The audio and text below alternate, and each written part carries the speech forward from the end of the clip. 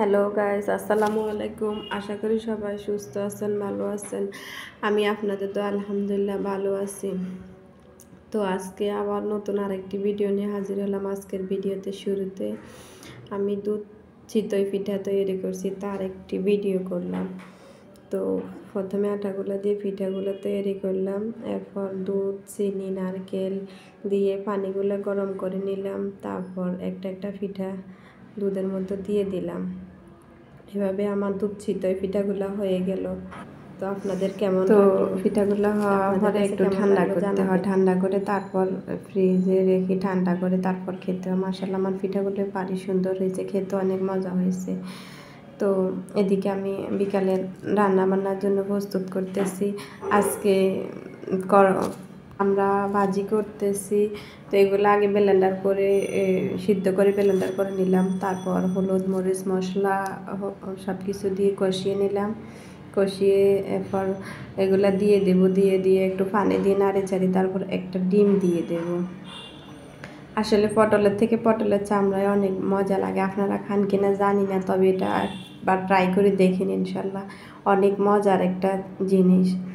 আমার বাচ্চারা এগুলো পছন্দ করে, পটলগুলো খাইতে চায় না। পটলের চামড়াগুলো এভাবে ডিম দিয়ে যদি ভাজি করে দিয়ে ওরা খুব পছন্দ করে। তো আপনারা একটু দেখবেন। তো প্রতিদিন ভিডিওর মাঝে যেভাবে বলি আজকে বলতেছি, আপনাদের যদি আমার ভিডিও ভালো লাগে, আমাকে যদি আপনাদের পছন্দ হয়, আমার ভিডিওগুলো লাইক, কমেন্ট, শেয়ার করবেন এবং একটি সাবস্ক্রাইব করে আমাকে পাশে থাকার জন্য অনুরোধ করতেছি। তো এদিকে আমি আরেকটা তরকারি রান্না করতেছি। আজকে লতি দিয়ে রুই মাছ দিয়ে রান্না করব। লতিগুলো প্রথমে সিদ্ধ করে ঢেলে নিলাম, তারপর মশলা কষিয়ে আস্তে আস্তে লতিগুলো দিয়ে দিলাম। তো কষানো হইতেছে, নাড়ে চাড়ে দিতেছি। এরপর একটু জল দিয়ে দিলাম, জল দিয়ে এরপর মাছ দিয়ে দিতেছি।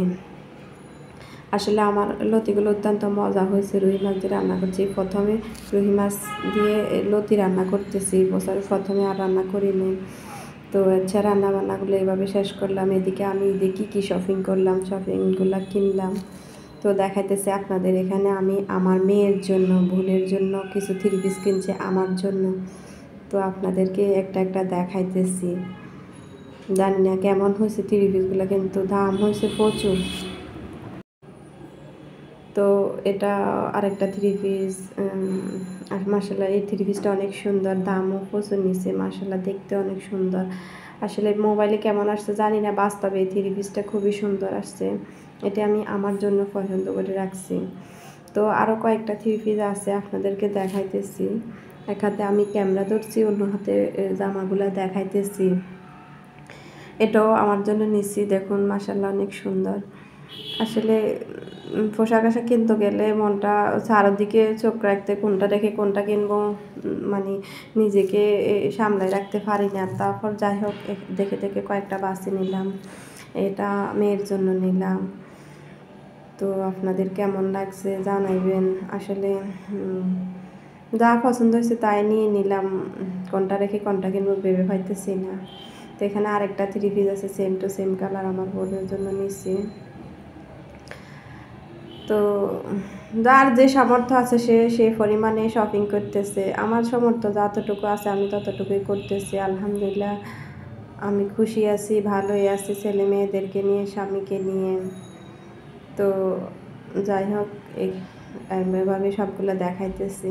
তো আমার শপিংগুলো কেমন হয়েছে, 3 পিসগুলো কেমন হয়েছে জানাইবেন, আর আমার পাশে থাকবেন, শেয়ার করবেন। সবাই যদি আমাকে একটু সাপোর্ট করেন, আমি একটু সাহস পাই। আসলে আমার এমন একটা সাহস নাই, সাহস করে কিছু করি বা করি। তো যাই হোক যা পারি তা করতেছি, আস্তে আস্তে সফলতা আসতে পারে। তো এই পর্যন্ত সবাই সুস্থ থাকেন, ভালো থাকেন।